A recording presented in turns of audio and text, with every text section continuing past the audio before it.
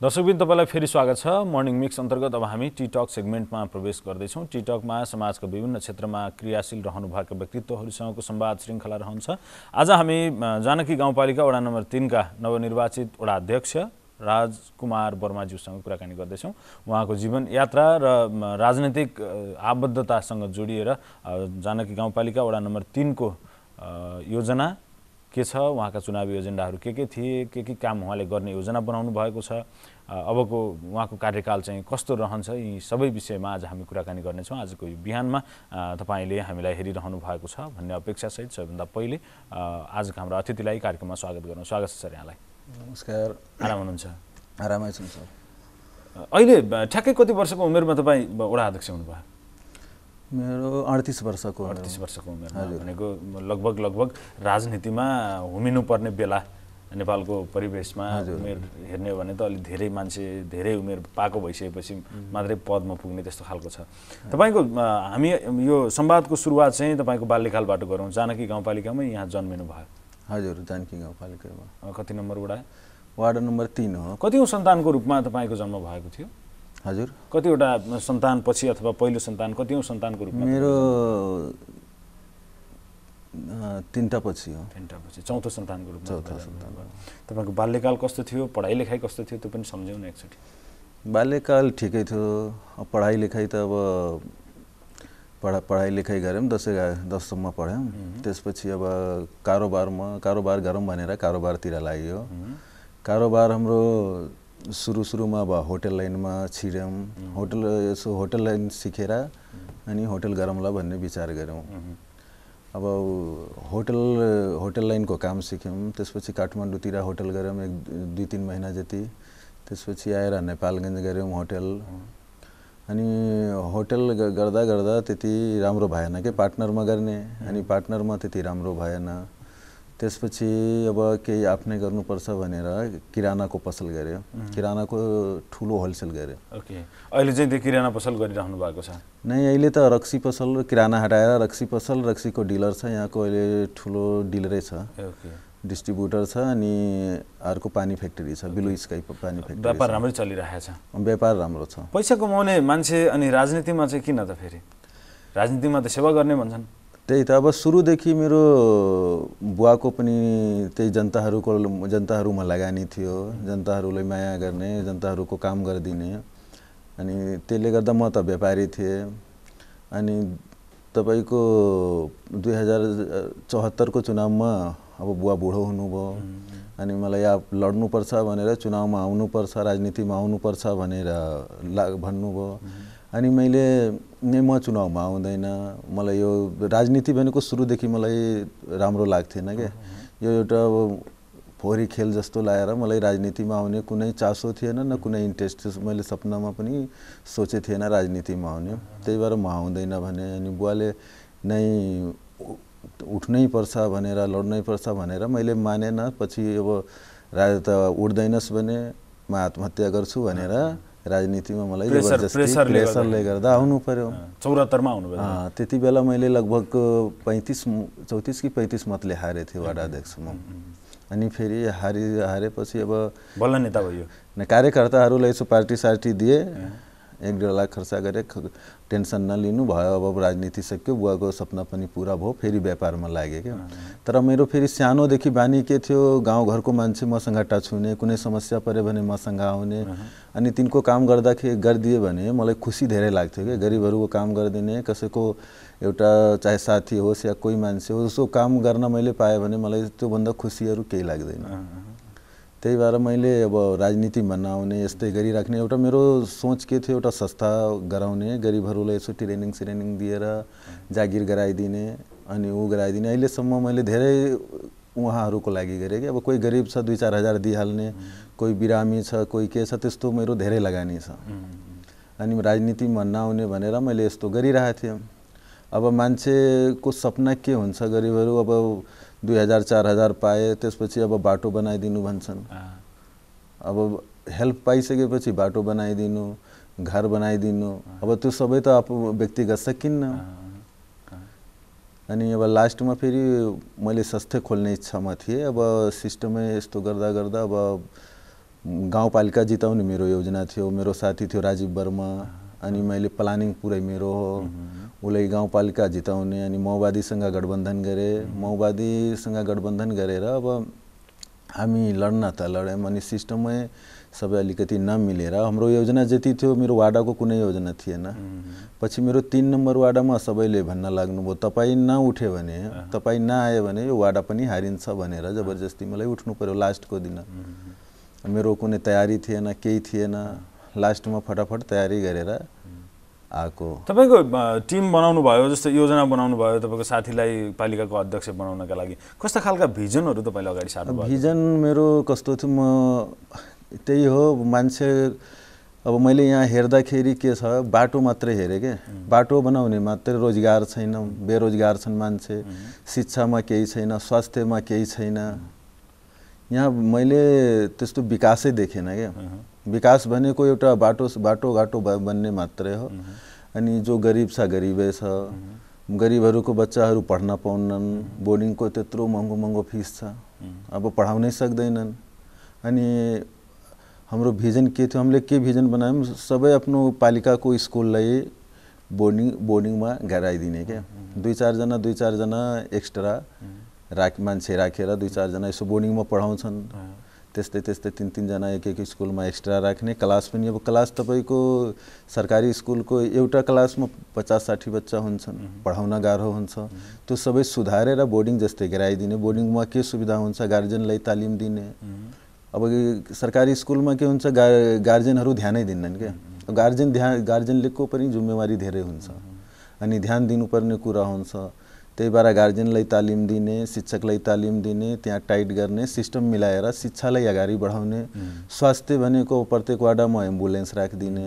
स्वास्थ्य पनि अब मान्छे तपाईँको यो सरकारी सुविधा जुन हुन्छ नि स्वास्थ्यको लागि, त्यसमा कुनै पत्याउनन् के। औषधि खाँदा पनि डराउँछन् क्या, यो औषधि खायो भने खुन सुक्छ, के सुक्छ। त्यसले गर्दा अब गाउँमा जनचेतना विश्वासै छैन, सरकारीमा विश्वासै छैन। त्यही भएर अब त्यसमा हामीले एउटा भेरी हस्पिटल जस्तै होइन राम्रो बनाउने र विश्वास दिलाउने क्या। विश्वास दिलाउने, बरु गाउँपालिकाबाट अलिकति बजेट छुट्याएर औषधि राम्रो दिने, सुविधा राम्रो गराइदिने, अनि गाउँमा यसो चेतनामूलक ऊ गराइदिने कि हाम्रो यहाँ पनि यस्तो औषधि हुन्छ भने। अब धेरै मान्छेहरू डराउँछन् यस्तो औषधि खान। त्यही भएर सुविधा सबै छ तर सिस्टममा छैन कि। विश्वासकै सिस्टमैमा छैन तपाईँको। यो सरकारी स्कुलमा जानु कुनै सिस्टम छैन, पढाइको पनि बच्चे हुन्छन् राम्रोसँग, सुविधा छैन, क्लास पनि त्यस्तै छ, अप्ठ्यारो छ। किनकि अब टिचरहरू जुन छन् तिनीहरूको पनि लापरवाही धेरै हुन्छ। अर्को कुरा के छ, त्यहाँ सुविधा पनि छैन। मैले अस्ति एउटा स्कुलमा अनुगमन गरेँ, त्यहाँ दुईटा 4-5 को एकै ठाउँमा पढाउँछन्, कोठै छैन। अब कसरी पढाउनु, त्यस्तो पढाउने होइन नि। अनि पानीको राम्रोसँग व्यवस्था छैन, त्यहाँ धेरै कमी पनि छ। भनेको तपाईँहरूको नजरमा चाहिँ कमी देखिँदो रहेछ। जनताले त पत्याएनन् नि त, खास तपाईँहरूको एजेन्डाहरू त पत्याएन, त्यस कारणले त हार्नु पर्यो चुनाव। नै अहिले त हामी जितेछौँ होइन, अहिले जित्यौँ। हाम्रो योजना पनि त्यही थियो। अब गाउँपालिका जित्नु मेरो खास टार्गेट थियो, जति मेरो योजना थियो गाउँपालिकाको थियो। आफ्नो वडामा चाहिँ बाध्यताले आउनु पर्यो। अब वडामा जित्यौँ, गाउँपालिका जित्न सकेन। अनि अब वार्डको मेरो भनाइ पनि त्यहीँनिर कि पालिका चाहिँ गुमाउनु पर्यो नि त। यति राम्रो योजना रहेछ नि तपाईँहरूका, अरू पनि योजना थियो होला तपाईँले? धेरै योजना, शिक्षा, स्वास्थ्य, रोजगार। तपाईँको रोजगारमा चाहिँ के गरी रोजगार दिन सक्छ? रोजगार हाम्रो के थियो, मैले काठमाडौँ गएँ होइन। अब तपाईँको हाम्रो चिनेको छन् जो डिएसपी पनि थिए होइन। अनि हाम्रो रमेश परसाई भन्ने ऊ हुनुहुन्छ एउटा अन्धो होइन, उहाँ पनि सबैसँग हाम्रो अरू टिम पनि थियो, सल्लाह गऱ्यौँ एउटा हाम्रो ट्रेनिङ सेन्टर खोलौँला। उहाँहरूले पनि म सहयोग गर्छु, पुलिस आर्मीमा गराइदिउँला, तपाईँ ट्रेनिङ दिनु। अनि होटलमा सिद्धार्थ भ्यू भनेको म नजिकैबाट चिनेको, उहाँको लक्ष्मण नेउपाने भनेको मेरो एकदम क्लोज मान्छे। उहाँको होटलको सुरुको यात्रामा मैले धेरै सहयोग गरेछु। सिद्धार्थमा गर्ने बेला भनेको स्वरोजगार बनाउने अभियान चाहिँ तपाईँहरू चलाउनु, होटल तालिम दिएर तालिम दिएर लगाउने पनि, यो तालिम दिएर बचाल्ने मात्रै होइन, तालिम दिने अनि एउटा रोजगारीको ऊ खोल्ने, संस्था खोल्ने, सबै ठाउँमा रोजगार दिने। होटलमा भयो, गार्डमा भयो, विदेश पठाउनलाई पनि अब अहिले धेरै ठगेको हुन्छन् मान्छे। त्यो सबै सिस्टम मिलाएर आफ्नो पालिकालाई सिस्टममा लगेर गराइदिनु पर्यो, विदेशको लागि पनि अनि तपाईको धेरै छ त तपाईको ड्राइभर भइगयो हैन गार्डको लागि भइगयो चाहे भने के गर्न सकिन्न सबै हुन सक्छ कि अरूले गरिरहेछन् तर पालिका यो एउटा के सरकारको त्यति जिम्मेवारी उले मान्दैन के अरू संस्थालाई दिए हुन्छ कोलाई दिए हुन्छ तिनीहरू आए तालिम दिए सक्यो त्यसपछि मतलबै छैन तालिम त पाए रोजगार पाएनन् त्यही भएर हामीले सल्लाह गरेका थियौं कि रोजगार पनि दिने सबै छुट्टै छुट्टै टिम बनाउने अनि रोजगार दिने अनि त्यो यस्ता राम्रा एजेन्डाहरू नागरिकसम्म तपाईहरुले ढिलो पुर्याउनु भयो या तपाईभन्दा अझै उत्कृष्ट योजनाहरू अरूका भएर तपाईहरु जित्न सक्नु भयो चुनाव हैन हाम्रो लास्टमा मैले त अब लास्टमा हो मेरो अब राजनीतिमा मैले भने नि राजनीतिमा त्यस्तो मेरो उद्देश्य थिएन अब मेरो साथीहरू जुन थिए मेरो लगभग 14-15 जनाले क्रियाशील सदस्य मैले कांग्रेसमा दिलाइदिए म पनि कांग्रेसमा जाने योजना थियो अनि मैले किन लिएन भनेपछि मेरो अब शेरबहादुर देउवा प्लस अरू प्रदेशको नेतालाई बोलाएर 1500 मान्छे जम्मा गरेर अनि प्रवेश हुने इच्छा थियो त्यति बेला हाम्रो राजीवजीसँग भेट भयो भाइसँग अब त्यो लगभग 4-5 महिना भयो अनि उनले मेरो प्लान पनि बुझे अनि उहाँसँग सजिलोसँग काम गर्न सकिन्छ भनेर मैले उता ल्याइहाले त्यतातिर लाग्दा अब टाइम पनि त्यति भएन अनि यो टाइम पनि भएन अब यो चुनावमा के हुन्छ धेरै सिस्टम हुन्छ के चुनाव जित्नलाई तपाईको धेरै चीज चाहिन्छ अब धेरै कमी कमजोरी भयो कुनै कुरा छ जो यहाँ भन्न पनि मिल्दैन होला त्यस्तै अब चाहिँ तपाई त निर्वाचित हुनुभयो वडा त तपाईले जित्नु भएको छ ती योजनाहरू वडामा लागू गर्न वडाको बजेट अथवा वडाको क्षेत्राधिकारले कतिको सम्भव छ वडामा मैले त्यति खासै सम्भव देखेन तर अब फेरि पनि मैले आफ्नो साथीहरूलाई भेट्दै छु व्यक्तिगत लगानी लगाएर पनि गरौँ अलिअलि धेरै दिन सकिन्न भने अलिअलि गरौँ भनेर मेरो साथीहरूसँग कुरा हुँदैछ म अब फेरि 1-1.5 हप्तापछि काठमाडौँ जाँदैछु त्यही साथीहरूसँग फेरि बस्ने अब जति सकिन्छ आफ्नो व्यक्तिगत प्लस वाडाबाट गरेर अलिअलि अब केही न केही त गर्नु पर्यो तर मैले धेरै गर्छु जस्तो लाग्छ किनकि मेरो साथीहरू सपोर्ट पनि धेरै छ मैले रोजगार पनि धेरै दिन सक्छु शिक्षामा पनि धेरै सुधार्न सक्छु किनकि मेरो व्यक्तिगत लगानी लगाउनु अहिले तपाईको वाडा अध्यक्ष जितेछु मैले 2 जना अहिले पनि आफ्नो जेबबाट पैसा दिएरै पनि राखेछु के काम गर्नलाई जनतालाई दुःख नहोस् भनेर अहिले त वाडामा केही छैन बजेट न तत्कालै राख्न सकिन्छ अरूलाई निकाल्न सकिन्छ अब त्यहाँ के थियो पहिला पैसा लिएर काम गर्ने यताउति अब मैले ठ्याक्कै अब 1-2 जना भाइ छन् तिनीहरूलाई त्यहाँ राखिदिएछु अहिले म तेल सेल हाल्दिने खर्च वर्चा दिने पछि हेरौँला मिलाएर अरू मैले त्यहाँ काम होस् अब गाउँतिर अब कोही मान्छे आए हुन्छन् कहिले कम्प्युटर बिग्रे हुन्छ कहिले के बिग्रे हुन्छ अब तिनीहरू के आउने जाने झ्याउ मान्छन् के टेन्सन पनि हुन्छ घाम हुन्छ के हुन्छ अब त्यही भएर मैले अब यहाँ कागज उनको राखिहाल बनाएर घरमै पुर्याइदियो पनि मैले सुविधा गरेछु के त्यहाँ भनेको एक दिन आयो त्यो काम भएन भने उहाँहरु फर्किए हुन्छ पछि त्यो चाहिँ तपाईहरुले घरमै पुर्याइदिने सिस्टम गराएका छौं अब अहिले चाहिँ तपाई निर्वाचित हुनुभन्दा अगाडि तपाईको वडाको समीक्षा गर्नु न कस्तो छ तपाईको वडा अहिले वडा नम्बर 3 चाहिँ जानकी गाउँपालिकाको कस्तो छ अब तपाई 5 वर्ष कटाउँदै गर्दा त्यो वडा चाहिँ कस्तो हुन्छ त्यो त वाडा नम्बर 3 हाम्रो मैले भने नि त्यो यहाँ त्यस्तो केही छैन खाली भने बाटो बाहेक अरु केही छैन अब तपाईको पहिलाको वाडा त वाडा छ गाउँपालिकाले पनि मैले देखे अनुसार उले लगभग तपाईको 20-30 जनालाई पनि रोजगार दिन सकेन के 20-30 जनालाई पनि रोजगार दिन सकेन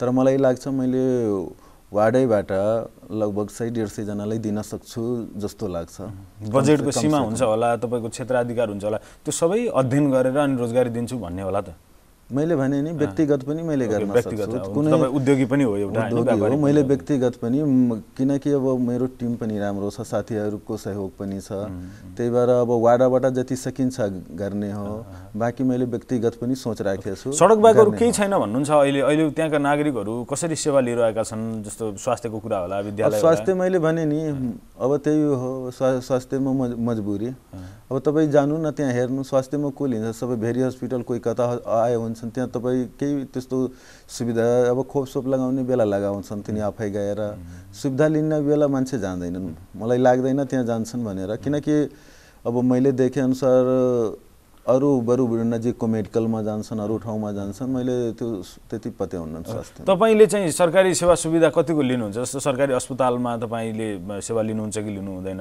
अथवा अरू सरकारी संयन्त्रहरूको सेवा चाहिँ तपाईँ लिनुहुन्छ कि लिनुभएको छ कि छैन? अब कस्तो थियो, म सुरुदेखि होइन व्यापारी मान्छे बजारमै बस्ने, मैले त्यो सरकारी त्यति लिएकै छैन। मैले जानु परेको पनि त्यति खासै छैन, लिएको पनि छैन। अब कोही मान्छे आउँछन् होइन, समस्या हुन्छ मान्छेहरूले, त्यति अब खासै ऊ पनि छैन। अब हाम्रो जानकी गाउँपालिकामा भर्खर अब एउटा हस्पिटल बनाउन लागेको छौँ, त्यति बेला अलिकति लोकप्रिय होला।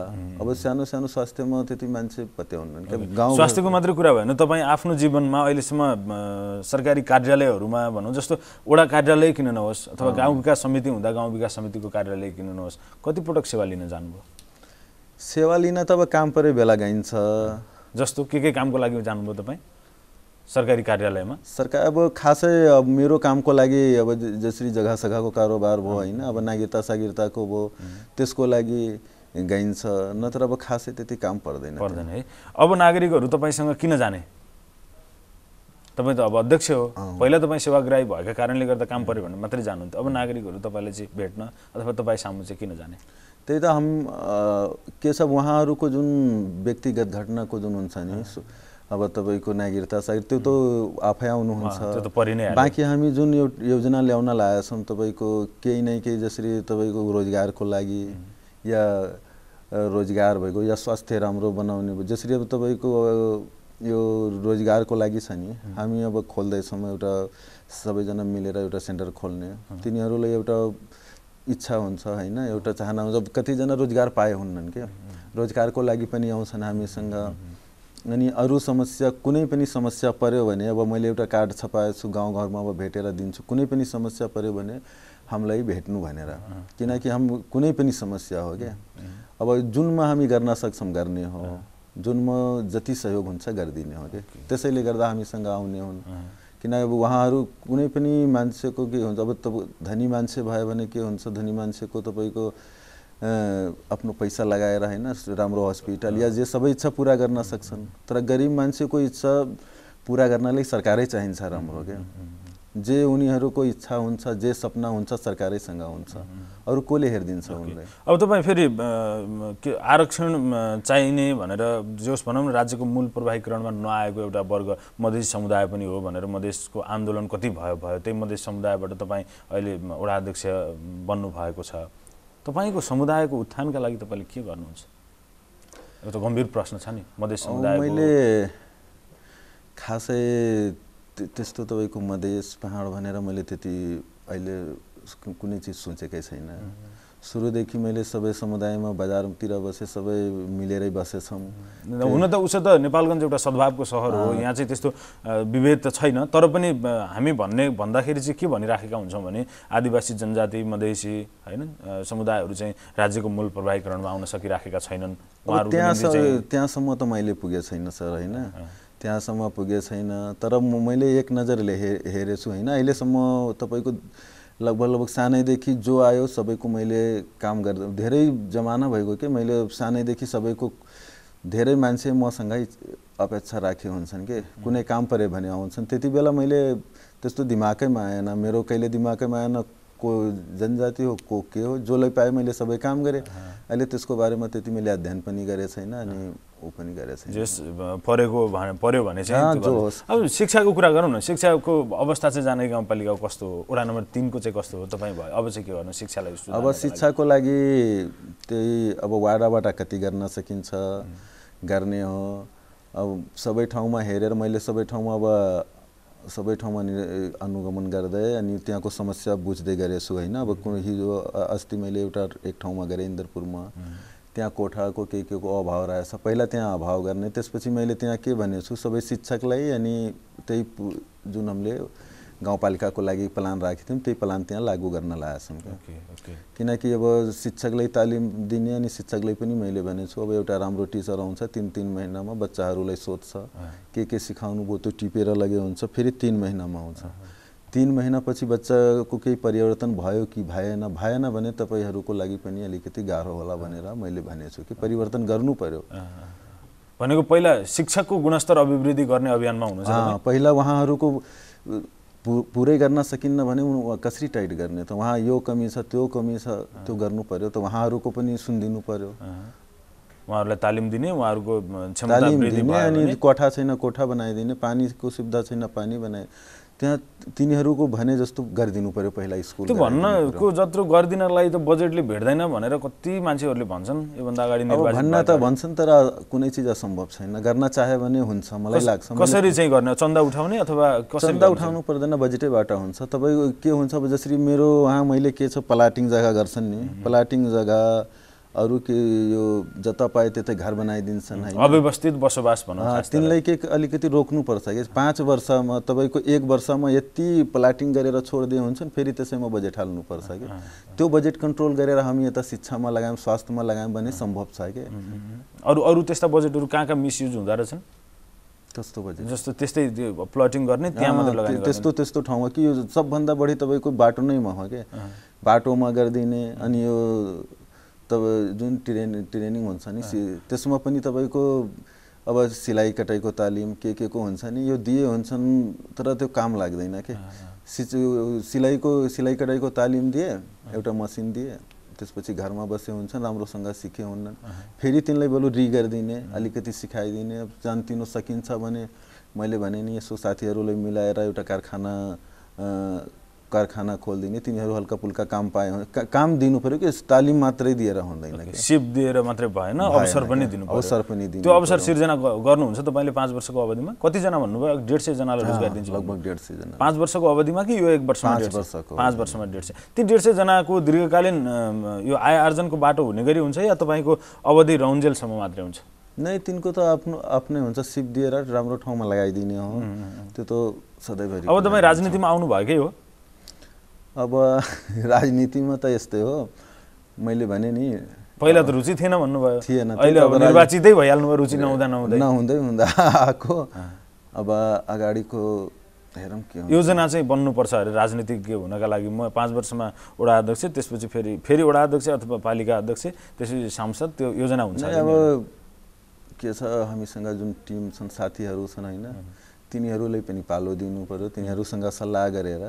अगाडि जानु पर्यो सबै आफ्नै जिदले आफ्नै मनले गरे भने अगाडिको परिणाम राम्रो हुन्न जस्तो लाग्छ हैन तपाईको आफ्नो योजना त हुन्छ नि त योजना त अब मनमा अब के छ हैन शेयर गर्नु नि त आज तपाईको मनमा के छन् योजनाहरु हैन अब यो 38 वर्षको उमेरमा एउटा वडाको नेतृत्व गर्ने ठाउँमा पुग्नु भएको छ योजना त हुन्छन् अभियसली मान्छे महत्त्वकांक्षी हुन्छ एउटा चीज पायो भने त्योभन्दा धेरै पाउने अपेक्षा हुन्छ अघि तपाईले पनि भन्नुभयो मेरो पाउने र गुमाउने त्यस्तो मलाई लाग्दैन मेरो जनताहरुको या जनता होस् या साथी भाइ होस् कसैको हैन अलिकति सहयोग गर्न पाए भने म धेरै खुसी हुन्छु अब कसरी सहयोग गर्ने के गर्ने कता सम्भव हुन्छ राजनीतिबाट सम्भव हुन्छ कि व्यापार गरेर सम्भव हुन्छ त्यही अझै पनि क्लियर छैन तपाईको जिन्दगीको लक्ष्य भनेको मेरो दुईटै छ व्यापार गरेर एउटा लक्ष्य के छ जनताको सहयोग गर्ने के अर्को लक्ष्य अब कसरी सकिन्छ के राजनीतिमै सकिन्छ कि व्यापारै गरेर अब मैले राजनीति गर्दाखेरि भोलि हैन अब के हुन्छ भोलिको कुरा हो अब 5 वर्षमा हामीले के गर्न सकिन्छ त्यति बेलाको कुरा हो अघि तपाईले यसो कुराकानी गर्दै थोरै चिप्ल्याउनु भयो के भने म कांग्रेसमा जाने सोचेको थिएँ त्यहाँ भएन प्लानै थियो पुरै अब जसपैबाट राजनीति गर्नुहुन्छ कि फेरि पछि पनि के परिस्थितिले अर्को दलमा गएर उम्मेदवार हुनुपर्ने अवस्था पनि आउन सक्छ के छ के देखिन्छ त्यस्तो सम्भावना भोलि के भन्ने भोलिको कुरा के भन्ने अब जसपाबाट जितेको जसपाले मान्यता दिने मेरो उद्देश्य हो हैन तर अब राजनीति सम्भावना खेल पनि हो धेरै कुरा हुन्छ अब मेरो फेरि अब आज के बोल्छु बोल्दाखेरि अलिकति विचार गर्नुपर्छ के सबै रेकर्ड गरे हुन्छ आज के बोलिन्छ भोलि के गरिन्छ भन्ने कुरा अलिकति सिस्टममै बोल्दा राम्रो होला खासै बोल्न चाहनु भएन अब तपाईले आफ्नो जीवनको अन्तिमसम्ममा समाजका निम्ति दिने भने चाहिँ के त्यही मेरो शिक्षा रोजगार स्वास्थ्य यो तीनटामा धेरै मेरो लगानी गर्ने इच्छा छ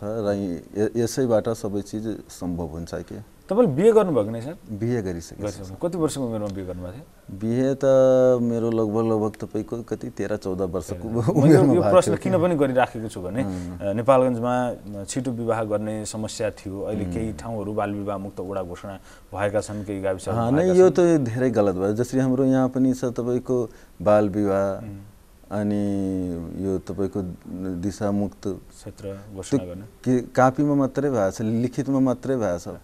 तपाईको 70-80% तपाईको जान्नु अहिले जानकी गाउँपालिकामा। त्यो योजना के गरे तिनीहरू कसरी घोषित गरिदिए म त अचम्म छु।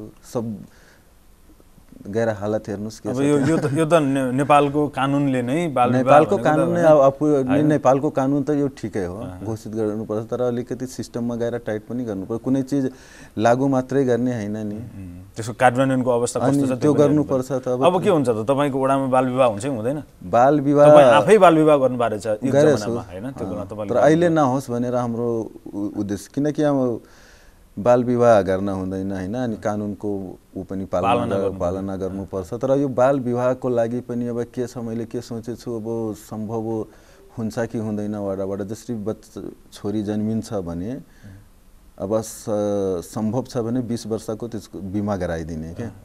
अब बिमा गराइदिए भने वडाबाट तिमी बिमाको पैसाको लोभको लागि पनि अलि कुर्छन् कि भन्ने एउटा उद्देश्य हो मेरो। अब बिमा गराइदियो भने वडाबाट पैसाको लागि पनि कुर्न सक्छन् कि, बिहे गर्दैनन्। 20 वर्ष पुग्यो भने त्यो सिस्टम ल्याउने, 20 वर्षभन्दा पहिला बिहे गरे भने त्यो पैसा नदिने त्यस्तो अलिकति केही सिस्टम ल्याउनु पर्छ जस्तो लाग्छ। त्यो एउटा योजनामा चाहिँ हुनुहुन्छ। हुन्छ, तपाईको योजना सफल होस्। यो जुन योजना बनाएर तपाईले पालिकाको नेतृत्वलाई सघाउनका लागि जुन रणनीति बनाउनु भएको थियो, त्यो रणनीति अहिले जितेका जनप्रतिनिधिहरूलाई पनि सेयर गर्नुहोला। तपाईहरुको कार्यपालिका बैठकमा पनि त्यसको एजेन्डाहरू प्रस्तुत गर्नुहोला र त्यो एजेन्डा लागू होस् र अधिकतम जानकी गाउँपालिकाकै समृद्धिका लागि चाहिँ तपाईको योजनाहरू महत्त्वपूर्ण हुन्। अहिलेको बिहानको समय हामीलाई उपलब्ध गराइदिनु भयो। समय र संवादका लागि तपाईलाई धेरै धेरै धन्यवाद। नमस्कार। दर्शक महानुभावहरू, हामीले आजको टी टकमा राजकुमार वर्माज्यूसँग कुराकानी गर्यौं। जानकी गाउँपालिकाको वडा नम्बर 3 बाट अहिले भर्खर सम्पन्न भएको स्थानीय तहको निर्वाचनबाट निर्वाचित हुनुभएको थियो वडा अध्यक्षमा, जसपाबाट प्रतिनिधित्व गर्नुहुन्छ। उहाँसँग उहाँका योजनाहरू के थिए भन्ने विषयसँग सम्बन्धित भएर हामीले कुराकानी गर्यौं। खास गरी उहाँले गाउँपालिकाकै योजना बनाएर आफ्ना उम्मेदवारलाई जिताउने रणनीतिका साथ चुनावी मैदानमा हुमिनु भएको थियो। यद्यपि उहाँले जित्नुभयो, पालिकामा भने उहाँको पार्टीबाट प्रतिनिधित्व गर्ने उम्मेदवारले जित्न सक्नु भएन, उपविजेता हुनु भएको छ। उहाँका भिजन, उहाँका एजेन्डाहरूले मूर्त रूप पाउन् र जानकी गाउँपालिकाको समृद्धिमा टेवा पुगोस्, यही हामी पनि कामना गर्छौं। र टिटकलाई यहीँनिर बिट मार्छौं। टिटक पछि हामी केही बेरमा जिल्ला अपडेटमा फेरि भेट्नेछौँ। एनटिभी कोहलपुर हेर्दै गर्नुहोला।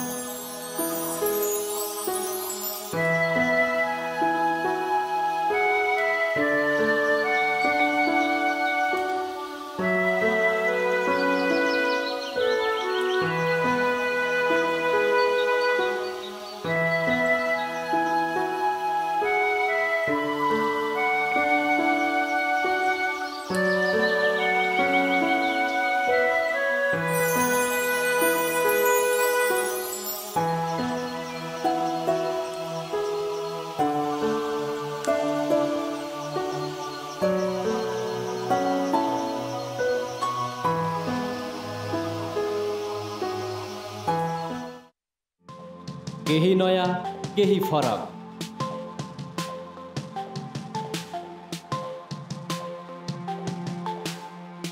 राष्ट्रिय सञ्चारको मेरुदण्ड नेपाल टेलिभिजनको प्रादेशिक च्यानल एनटिभी कोहलपुर। पश्चिम नेपालको लुम्बिनी, कर्णाली र सुदूर पश्चिमको एक मुष्ट आवाज। सत्य समाचार, तटस्थ विचार। कार्यक्रममा मौलिकता, समावेशिता र विकासमा विस्तार। डिजिटल दुनियाँमा तपाईको विचार र भावनालाई संसारसँग जोड्दै एनटिभी कोहलपुर। सूचना, शिक्षा र मनोरञ्जनको यो यात्रा हो समृद्धिको।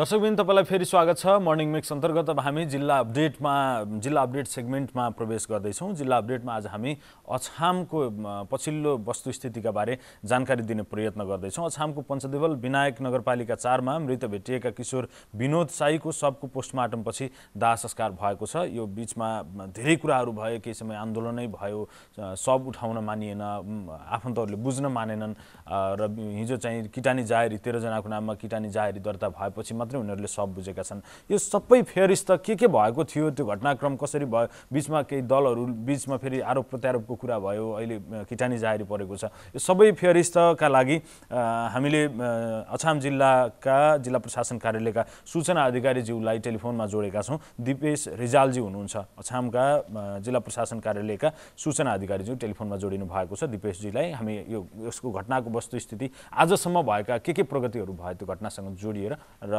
त्योसँग सम्बन्धित विषयमा जानकारी लिने प्रयत्न गर्दैछौँ। दिपेश सर, स्वागत छ यहाँलाई। हस्, धन्यवाद हजुर।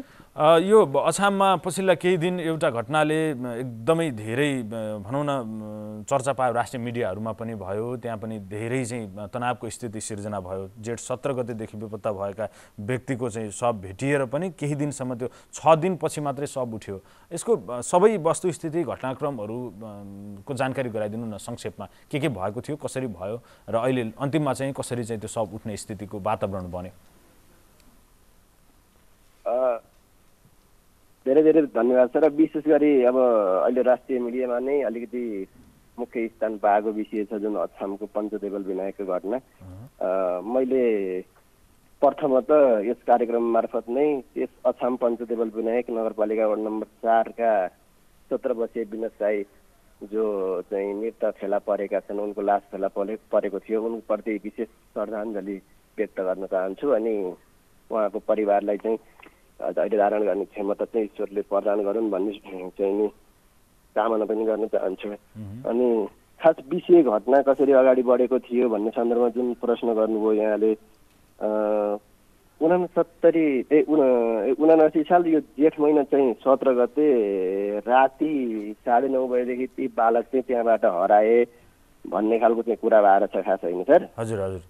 अनि जसमध्ये चाहिँ त्यो अब हाम्रो पीडित पक्षले हामीहरूमा चाहिँ जहाँ जिल्ला प्रहरीमा चाहिँ हामीलाई चाहिँ 21 गते चाहिँ बिहान 7:30 बजेको समयमा चाहिँ हुलिया निवेदन दिनुभयो। अनि सो सम्बन्धमा चाहिँ खोज्दाखेरि चाहिँ नि उही 21 गते चाहिँ बिहान चाहिँ 10:30 बजेको समयमा चाहिँ पञ्चदेवल विनायक 4 कालिका स्थान स्थित चाहिँ मध्यपहाडी लोकमार्गको सडकबाट 1 किलोमिटर चाहिँ पूर्व तल चाहिँ लास फेला परेको अवस्था पश्चात चाहिँ घटना अलिकति असामान्य भएको थियो।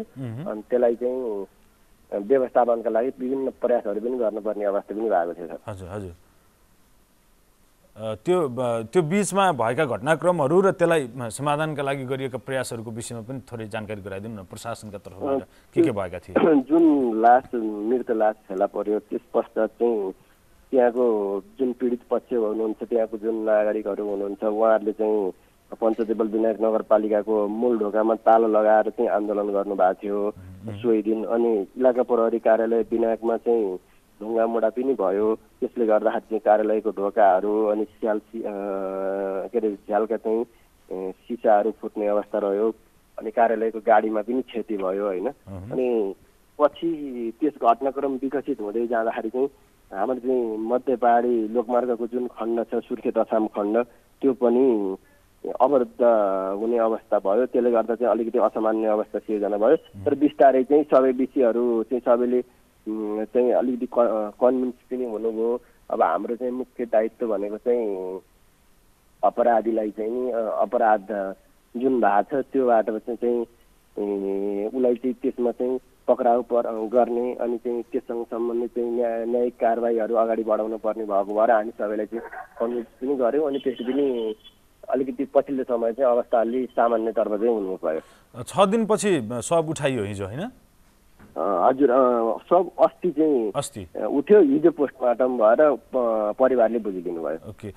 यो त्यस बेलामा चाहिँ उहाँहरूको त्यो किटानी जाहेरी दर्ता नगरेका कारणले गर्दा शव नउठाएको भन्ने मात्रै थियो कि अरू पनि केही विषयहरू थिए? होइन, अब किटानी जाहेरी दर्ता नगरेको भन्ने विषय त जुन समाचार माध्यमहरूमा आएको छन्, अब त्यसमा पूर्ण रूपमा सत्यता नभएको अवस्था पनि हो। कस्तो भन्दा किटानी जारी भने एउटा प्रक्रिया पुरा गरेर चाहिँ दर्ता हुने विषय हो। किटानी जारी हामी चाहिँ एज अ प्रशासनिक हिसाबले पनि के कुरा चाहिँ म यहाँहरूमा भन्न चाहन्छु भने किटानी जारी चाहिँ दर्ता हुने अनि चाहिँ न्यायिक प्रक्रिया अगाडि बढाउने हाम्रो मुख्य दायित्व हुन्। त्यो हिसाबले चाहिँ हामी अगाडि बढेका पनि छौँ। अब जुन बाहिर मिडियाहरूमा ती विषयहरू सबै सत्य साँचो पनि होइन। अब यहाँहरू सबैले बुझ्नु भएको छ भन्ने नै लाग्छ मलाई। मैले यही कारणले गर्दा तपाईँसँग आज मैले संवाद यो टेलिफोनमा संवाद गर्न खोजेको हुँ कि अहिले भनेपछि विभिन्न मिडियाहरूले चाहिँ 13 जनाको नाममा किटानी जारी दर्ता भयो, अब के होला प्रश्न चिन्ह राखेर चाहिँ हेडलाइनहरू बनाइराखेका समाचारहरू देखिन्छन्। त्यसमा एउटा प्रशासन कार्यालयको सूचना अधिकारी भएका नाताले चाहिँ यहाँले नागरिकहरूलाई के भन्न चाहनुहुन्छ त्यो प्रश्नको उत्तरसँग सम्बन्धित भएर? अब जुन पीडित पक्षले किटानी जारी दर्ता गर्नु भएको छ भन्ने चाहिँ 13 जनाको नाममा किटानी जारी छ भन्ने कुरा चाहिँ जुन अब अनुसन्धानले अगाडि बढाउने कुरा पनि हो। अब यो अनुसन्धानका विषयहरूमा म यो बोल्न पनि मिल्दैन। जुन विषय फेरि हाम्रो यो अब अनुसन्धानका विषयहरू प्रहरी प्रशासन अनि लगायत चाहिँ अब अदालतसँग जोडिएका विषयहरू भएको मैले ठ्याक्कै यसमा यही नै विषय हो भन्ने चाहिँ छैन। तर हाम्रो मुख्य उद्देश्य भनेको चाहिँ के छ भन्दाखेरि चाहिँ हामीले चाहिँ कुनै पनि हालतमा चाहिँ जुन बालकको चाहिँ हत्या भएको छ त्यो हत्याको सन्दर्भमा चाहिँ अपराधीलाई चाहिँ चाँडोभन्दा चाँडो पत्ता लगाएर चाहिँ त्यसलाई चाहिँ कानुनी कठघरामा उभ्याउन हामी प्रतिबद्ध छौँ र त्यसमा चाहिँ सम्पूर्ण चाहिँ असमवासी जनसमुदायहरूले चाहिँ सहयोग पनि गर्नुहुन्छ भन्ने चाहिँ हामीलाई लागेको छ। हस्, हुन्छ। यो हत्या नै भन्ने कुरा प्रमाणित भइसकेको अवस्था हो सर? होइन, प्रमाणित भइसकेका छैन। सब चाहिँ फेला परेको भएर चाहिँ हत्या हो कि भन्ने आशंका हो। जुन विषय अब पोस्टमार्टमको रिपोर्टहरू आए पछाडि पनि थाहा होला। हुन्छ सर, यो जानकारीका लागि तपाईँलाई धेरै धेरै धन्यवाद। थप जानकारीका लागि हामी फेरि पनि तपाईँसँग जोडिने प्रयत्न गर्नेछौँ, थप अपडेट पनि तपाईँसँग लिनेछौँ र जनतालाई यो भ्रम र यथार्थबारे चाहिँ जानकारी गराउने हाम्रो प्रयत्न हो। पीडितले न्याय पाउनुपर्छ भन्नेमा हामी पनि तपाईँहरू सँगसँगै छौँ। धन्यवाद संवादका लागि। हामीसँग हुनुहुन्थ्यो जिल्ला प्रशासन कार्यालय अछामका सूचना अधिकारी दिपेश रिजालज्यू। अछाममा भएको त्यो घटनाको विषयमा हामीलाई जानकारी दिनुहुँदै थियो। 17 वर्षीय एक व्यक्तिको मृत्यु भएपछि शव भेटिएपछि त्यो हत्या भएको हो कि भन्ने आशंकामा चाहिँ अनुसन्धान अगाडि बढिराखेको छ र पीडित पक्षले किटानी जारी दिएको प्रसङ्ग उल्लेख गर्दै हामीलाई त्यस विषयको थप जानकारी दिनुहुँदै थियो। उहाँसँगसँगै आजका लागि मर्निङ मिक्सलाई यहीँनिर बिट मार्छौँ। अब केही बेरमा 9 बजेको समाचार तपाईँ हेर्न सक्नुहुनेछ। हामी सबैलाई बिदा दिनुहोस्। नमस्कार।